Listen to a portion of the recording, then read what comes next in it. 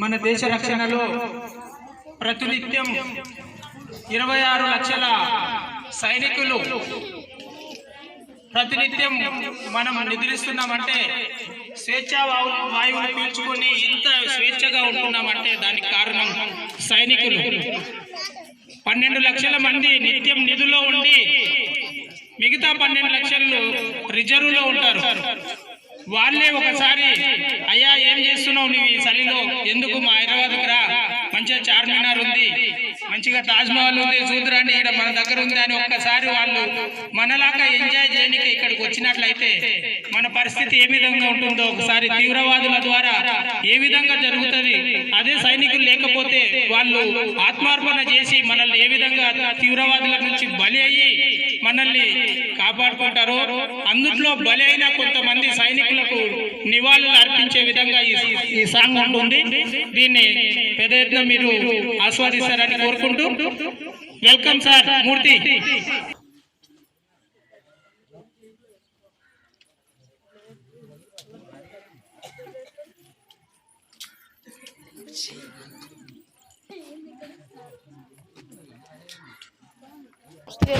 Hello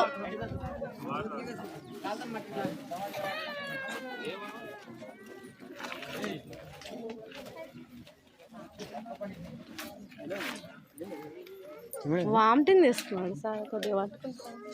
ఎవరున్నారు?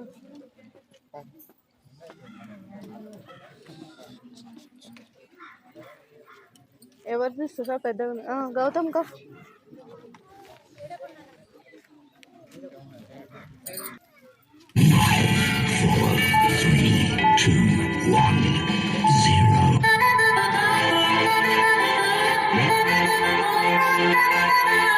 Soldiers, we are going to die tonight. Yes, sir. We are not going back. अम्मा वेलस्ता बहन अपना ध्यान रखना ना देशम कोसम.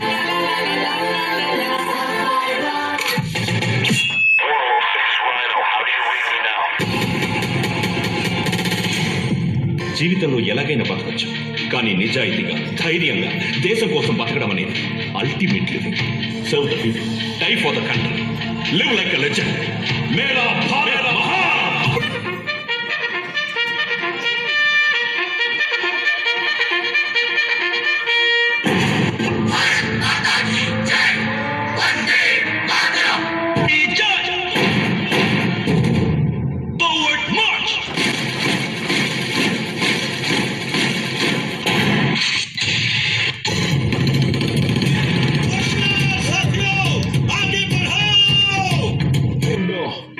Targeted. సరెండర్ అవ్వడానికి జింకలు కాదురా. Indian army never ever give up. Let's go.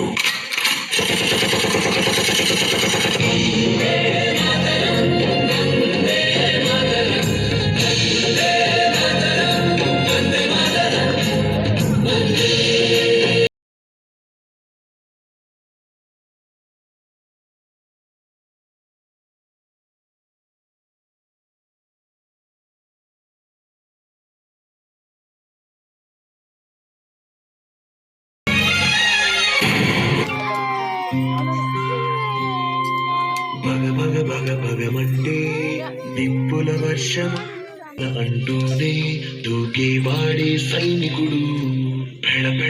పెళమంటూ మంచు తుఫాను వచ్చినా వెనకడుగే లేదంటూ దాటేవాడే సైనికుడు.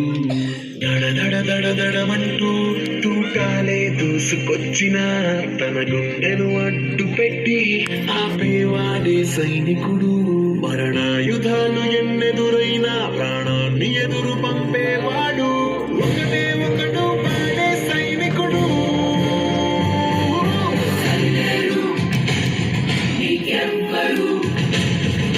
నువ్వెళ్ళే రహదారికి జోహారు.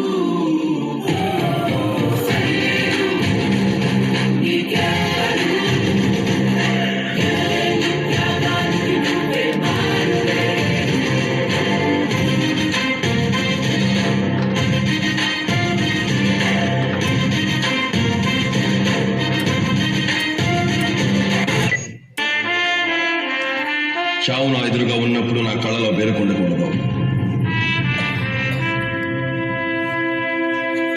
నా మూతి మీద చిరునవ్వు ఉండాలి, నా చేయి నా మీసం మీద ఉండాలి సార్.